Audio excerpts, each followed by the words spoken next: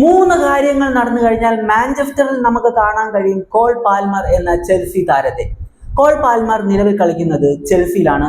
Chelsea ഉള്ളത് അറിയാലോ, ലണ്ടനിലാണ്. ലണ്ടനിൽ താരം തൃപ്തനല്ല, ചെൽസിയുടെ ഫ്യൂച്ചർ പ്ലാനുകളിൽ താരം തൃപ്തനല്ല എന്ന റിപ്പോർട്ടുകളുണ്ട്. അപ്പൊ ഇതിനെക്കുറിച്ചുള്ള ഡീറ്റെയിൽ ആയിട്ടുള്ള കാര്യങ്ങൾ നമുക്ക് നോക്കാം. മാഞ്ചസ്റ്ററിൽ ജനിച്ചു വളർന്നിട്ടുള്ള താരമാണ് കോൾ പാൽമർ എന്ന ഇംഗ്ലീഷ് താരം. മാഞ്ചസ്റ്റർ സിറ്റിയുടെ അക്കാഡമിയിലൂടെ വളർന്നു വന്നിട്ടുള്ള താരം. മാഞ്ചസ്റ്റർ സിറ്റിയുടെ അക്കാഡമിയിലൂടെ അവരുടെ സീനിയർ ടീമിലേക്ക് താരം എത്തിയെങ്കിലും സീനിയർ ടീമിന്റെ പരിശീലകനായിട്ടുള്ള പെപ് ഗാർഡിയോളയ്ക്ക് താരത്തിന്റെ പൊട്ടൻഷ്യൽ കണ്ടുപിടിക്കാൻ കഴിഞ്ഞില്ല. പെപ് ഗാർഡിയോളയുടെ കരിയറിൽ വളരെ റെയർ ആയിട്ട് സംഭവിച്ചിട്ടുള്ള ഒരു കാര്യമാണ് കോൾ പാൽമർ എന്ന ആ ഒരു സൂപ്പർ ടാലന്റിനെ കണ്ടുപിടിക്കാൻ പറ്റാതെ പോയത്. അതുകൊണ്ട് തന്നെ മാഞ്ചസ്റ്റർ സിറ്റി വിട്ടിട്ട് താരം നേരെ ചെൽസിയിലേക്ക് പോകുന്നു. ചെൽസിക്കൊപ്പം വളരെ മികച്ച ഫോമിൽ താരം കളിച്ചു. ചെൽസിക്ക് വേണ്ടി കോൺഫറൻസ് ലീഗും അതുപോലെ തന്നെ ക്ലബ് വേൾഡ് കപ്പും താരം നേടിക്കൊടുത്തു. ചെൽസി വിജയിക്കണമെങ്കിൽ പാൽമർ വിചാരിക്കണം, പാൽമർ ഫോമിലാണെങ്കിൽ ചെൽസി വിജയിക്കും എന്ന രീതിയിലേക്ക് വരെ കാര്യങ്ങൾ എത്തി. എന്നാൽ നിലവിലെ അവസ്ഥ അങ്ങനെയല്ല. ചെൽസിയുടെ മാനേജ്മെന്റ് ആണ് എല്ലാത്തിനും കാരണം. എൻസോ മരസ്കി എന്ന അവരുടെ മുൻ പരിശീലകൻ അവർ ഈ ഒരു വർഷത്തിന്റെ തുടക്കത്തിൽ പുറത്താക്കി.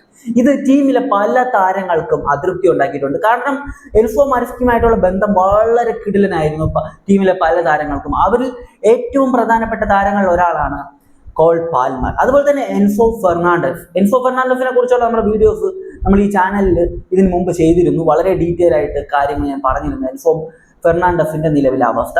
ഇപ്പൊ കോൾ പാൽമറിന്റെ അവസ്ഥയും ഏറെക്കുറെ സിമിലർ ആണ്. കോൾ പാൽമർ ലണ്ടനിൽ ഇപ്പോൾ തൃപ്തനല്ല. കാരണം എന്താണെന്ന് വെച്ച് കഴിഞ്ഞാൽ താരത്തിന് തുടരെ പരിക്ക് പറ്റുന്നു.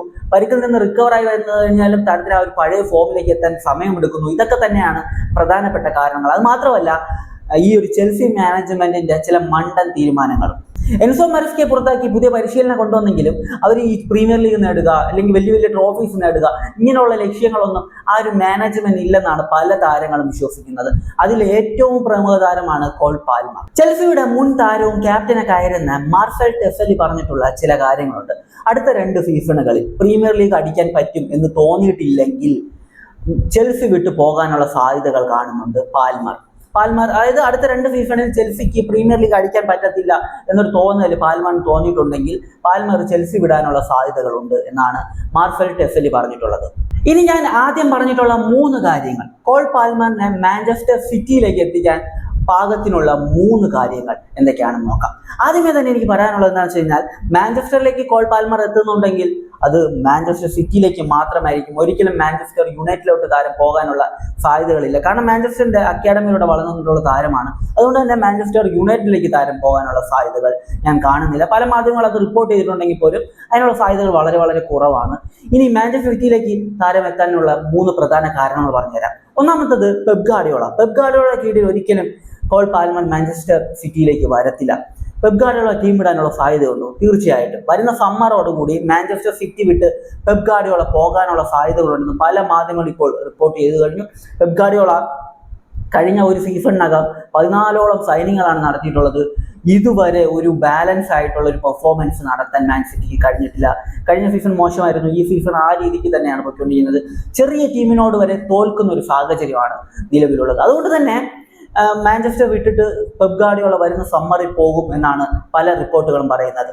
ഇതാണ് ഒന്നാമത്തെ കാരണം. പെപ് ഗാർഡിയോള സിറ്റി വിട്ടു പോവുകയാണെങ്കിൽ താരം സിറ്റിയിലേക്ക് വരാനുള്ള സാധ്യതകൾ കൂടും.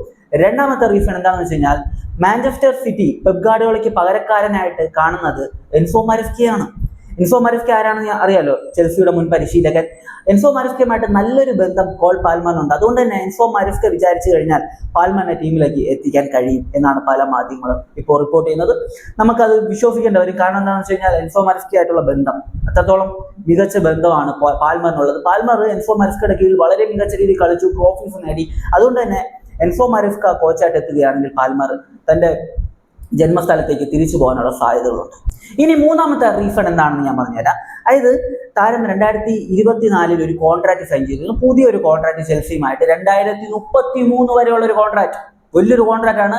2033 വരെയുള്ള ഒരു കോൺട്രാക്ട്. അപ്പൊ ഈ ഒരു കോൺട്രാക്ട് ചെൽസിയുമായിട്ടുള്ളത് കൊണ്ട് തന്നെ ചെറിയ അമൗണ്ടിനൊന്നും താരത്തെ ടീമിലേക്ക് എത്തിക്കാൻ പറ്റത്തില്ല. താരത്തെ ടീമിലേക്ക് എത്തിക്കണമെങ്കിൽ മിനിമം 120 മുതൽ 150 മില്യൺ യൂറോസ് എങ്കിലും റിലീസ് ക്ലോസ് ആയിട്ട് ചെൽസിക്ക് നൽകേണ്ടി വരും. അപ്പോൾ ഇത്രയും വലിയൊരു തുക റിലീസ് ക്ലോസ് ആയിട്ട് നൽകിയിട്ട് താരത്തെ ടീമിൽ എത്തിക്കാൻ പറ്റുന്ന വേറെ ഏത് ടീമുണ്ട്? മാൻ സിറ്റി മാത്രമേ ഉള്ളൂ.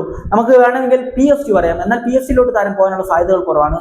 ഇംഗ്ലണ്ടിൽ തന്നെ താരം തുടരാനുള്ള സാധ്യതയാണ് ഞാൻ കാണുന്നത്. അതുകൊണ്ട് തന്നെ താരത്തിന് ഇത്രയും വലിയൊരു റിലീസ് ക്ലോസ് നൽകി ഇപ്പോൾ ടീമിൽ എത്തിക്കാൻ പറ്റുന്ന ഒരേ ഒരു ടീം മാഞ്ചസ്റ്റർ സിറ്റിയാണ്. അതുകൊണ്ട് തന്നെ എൻസോ മരസ്ക സിറ്റിയുടെ കോച്ചായിട്ട് വരികയാണെങ്കിൽ ഒരു പക്ഷേ നമുക്ക് വീണ്ടും പാൽമറിനെ സിറ്റിയിൽ കാണാൻ പറ്റും. ബാക്ക് ടു ഹോം അത് നടക്കാനുള്ള സാധ്യതകളുണ്ട്. അപ്പോൾ ഇതിനെക്കുറിച്ച് നിങ്ങളുടെ ഒപ്പീനിയൻ എന്താണെന്ന് വെച്ചാൽ കമന്റ് ചെയ്യുക. മറ്റൊരു വീഡിയോ കാണുന്നതായിരിക്കും. ബൈ ബൈ വിത്ത് ഫൂട്ടെയിൽ.